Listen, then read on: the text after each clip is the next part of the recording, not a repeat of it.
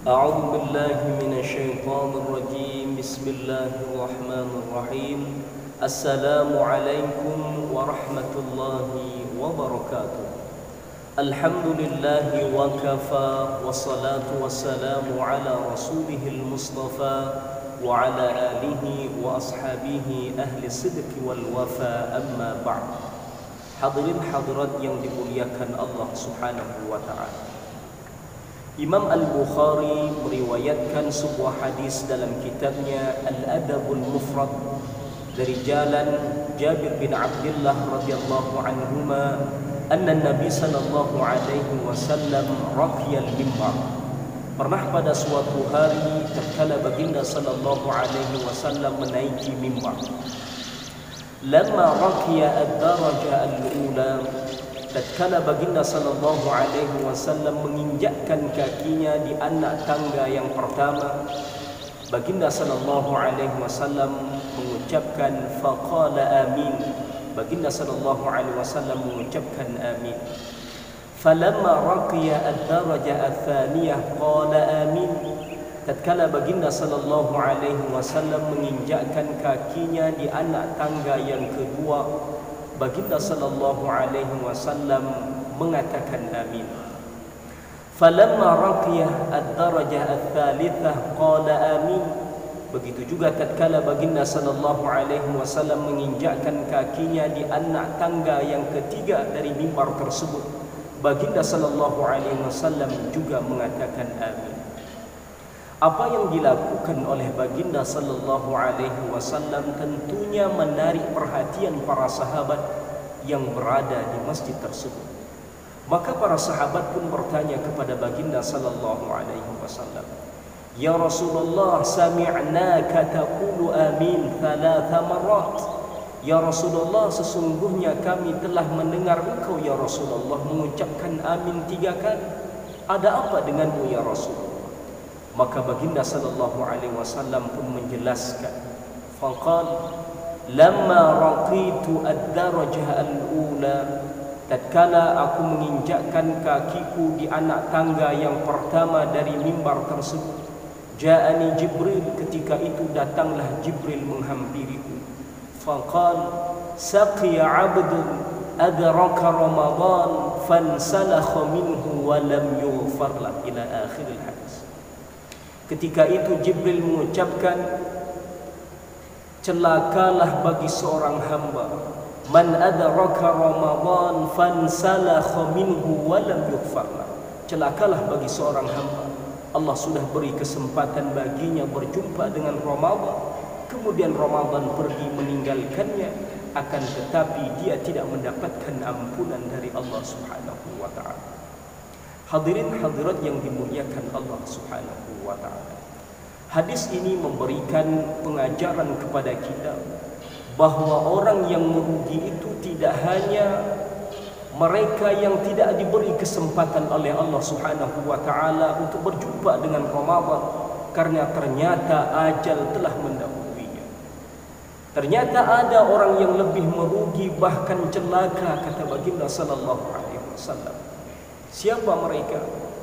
Yaitu man adraka Ramadan fansalakha minhu wa lam yughfar lahu. Yaitu mereka man adraka Ramadan, siapa yang Allah sudah beri kesempatan baginya berjumpa dengan Ramadan, fansalakha minhu wa lam yughfar lahu, kemudian Ramadan pergi meninggalkannya, namun ia gagal meraih ampunan Allah Subhanahu wa taala sepeninggal bulan suci Ramadan. Hadirin hadirat yang dimuliakan Allah Subhanahu wa taala. Kegagalan seorang hamba dalam meraih ampunan Allah Subhanahu wa taala sepeninggal bulan suci Ramadan, tentunya ini menimbulkan sebuah pertanyaan besar. Mengapa ia gagal meraih ampunan Allah Subhanahu wa taala sepeninggal bulan suci Ramadan? Bukankah Allah Subhanahu wa taala adalah Tuhan Maha Pengampun yang ampunannya begitu luas?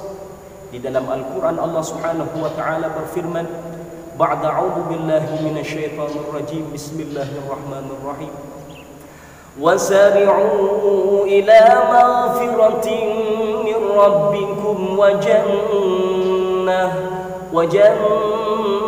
jannatin 'arduha as-samawati wal ardu 'iddat lil muttaqin. Bersegeralah kamu meraih ampunan Allah Subhanahu wa taala dan surganya yang sangat dan begitu luas, seluas hamparan langit dan bumi, dan itu semua diperuntukkan untuk orang-orang yang bertakwa. Bahkan hadirin yang dimuliakan Allah Subhanahu wa taala, di dalam sebuah hadis qudsi yang diriwayatkan oleh Imam At-Tirmizi, bahwasanya baginda sallallahu alaihi wasallam bersabda, "Annallaha tabaraka wa ta'ala yaqul", bahwasanya Allah Subhanahu wa taala berfirman, "Ya ibna Adam, wahai anak Adam, innaka ma da'awtani wa rajautani ghafartu laka ala ma kana fika wa la ubali." Wahai anak Adam, sesungguhnya selagi engkau memohon kepadaku dan berharap kepadaku, niscaya aku akan ampuni dosa-dosamu dan aku tidak peduli. Ya ibna Adam, law balaghat dhunubuka ananas sama thumma astaghfartani. Wahai anak Adam, kalau seandainya dosa yang engkau lakukan setinggi langit, thumma astaghfartani, kemudian engkau memohon ampun kepadaku, ghafartu laka ala ma kana fika wa la ubali, maka niscaya aku akan ampuni dosa-dosamu dan aku tidak peduli. Ya ibna Adam, law ataitani bi qurabil ardi khataya. Wahai anak Adam, seandainya engkau mendatangiku dengan dosa seluas hamparan bumi, thumma lam tusyrik bi syai'a, dengan catatan kamu tidak pernah menyekutukanku, la ataituka bi qurabiha maghfirah, maka aku akan mendatangimu dengan ampunan seluas hamparan bumi pula. Lihatlah hadirin yang dimuliakan Allah Subhanahu wa taala, begitu luas ampunan Allah Subhanahu wa taala. Kalau ampunan Allah Subhanahu wa taala di hari-hari biasa, di bulan-bulan selain di bulan suci Ramadan begitu luas, maka tatkala datang bulan suci Ramadan, ampunan Allah Subhanahu wa taala jauh lebih luas.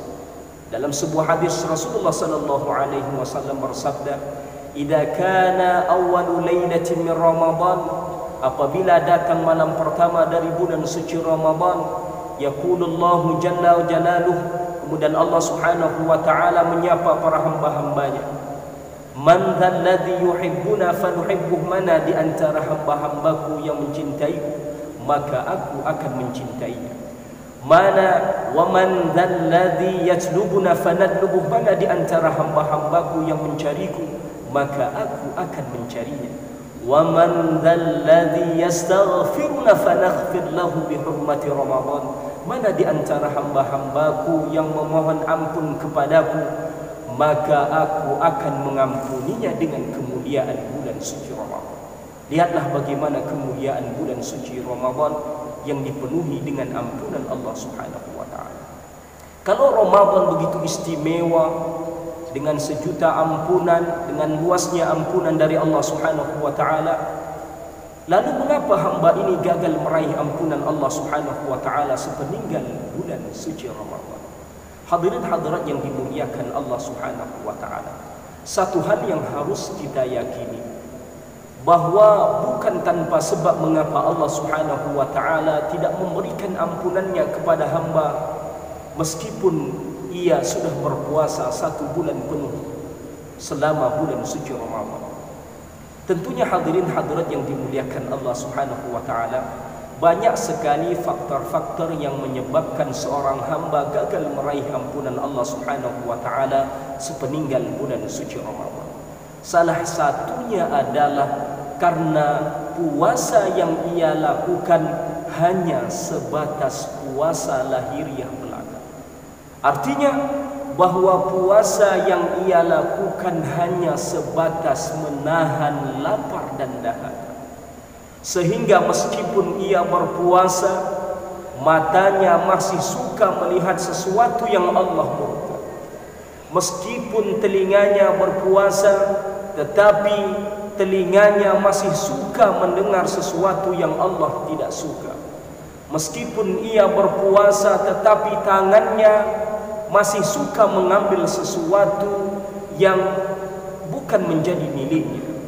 Meskipun ia berpuasa, jari jemarinya masih suka menyebarkan berita hoax di media sosial maupun di media-media lainnya. Kalau seperti ini, hadirin hadirat yang dimuliakan Allah Subhanahu wa taala, kualitas puasa yang dilakukan oleh seorang hamba, maka tidak mustahil dia tidak akan mendapatkan ampunan Allah Subhanahu wa taala sepeninggal bulan suci Ramadan. Bukankah Rasulullah sallallahu alaihi wasallam pernah bersabda, "Man lam yada' qaulal zur wal 'amal bihi falaysa lillahi hajah bi an yada' ta'amahu wa syarabahu." Barang siapa yang tidak meninggalkan perkataan dusta dan melakukan pekerjaan yang sia-sia, falaysa lillahi hajah, maka tidak ada alasan bagi Allah Subhanahu wa taala untuk menerima amal ibadah puasanya. Hadirin hadirat yang dimuliakan Allah Subhanahu wa taala. Lalu pertanyaannya, puasa yang bagaimana yang menjanjikan ampunan Allah Subhanahu wa taala sepeninggal bulan suci Ramadan? Sebagai jawabannya, mari kita renungkan sabda baginda sallallahu alaihi wasallam. Nabi sallallahu alaihi wasallam bersabda, "Man shoma Ramadan imanan wa ihtisaban, ghufira lahu ma taqaddama min dhanbi." Barang siapa yang berpuasa dengan penuh keimanan dan dengan penuh kehati-hatian atau dengan penuh perhitungan, maka akan diampuni dosa-dosanya yang telah lalu. Dari hadis ini dapat kita ambil sebuah pelajaran bahwa puasa yang menjanjikan ampunan dari Allah Subhanahu wa taala sepeninggal bulan suci Ramadan adalah puasa yang dilakukan dengan penuh keimanan dan dengan penuh kehati-hatian atau perhitungan.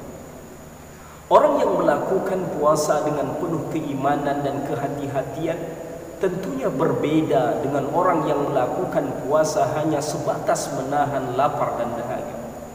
Orang yang melaksanakan ibadah puasa dengan penuh keimanan dan penuh kehati-hatian dan perhitungan, mereka akan melaksanakan ibadah puasanya tidak hanya menjaga anggota tubuhnya dari melakukan hal-hal yang dapat membatalkan puasa, tapi juga dia harus memastikan bahwa anggota tubuhnya tidak melakukan hal-hal yang dapat merusak nilai-nilai serta pahala ibadah puasa itu sendiri. Hadirin hadirat yang dimuliakan Allah Subhanahu wa taala. Sebagai kesimpulan, mumpung kita masih di hari-hari di bulan suci Ramadan, mumpung kita belum ditinggalkan oleh bulan suci Ramadan, mari kita lihat kembali bagaimana kualitas ibadah puasa yang telah kita lakukan. Mari kita lihat kembali bagaimana hari-hari ibadah puasa yang telah kita lakukan. Hal ini sangat perlu kita lakukan sehingga kita tidak termasuk ke dalam golongan yang didoakan oleh Jibril dan diaminkan oleh baginda sallallahu alaihi wasallam. Siapa mereka? Saqiya 'abdun adraka Ramadan fansalakha minhu wa lam yufad.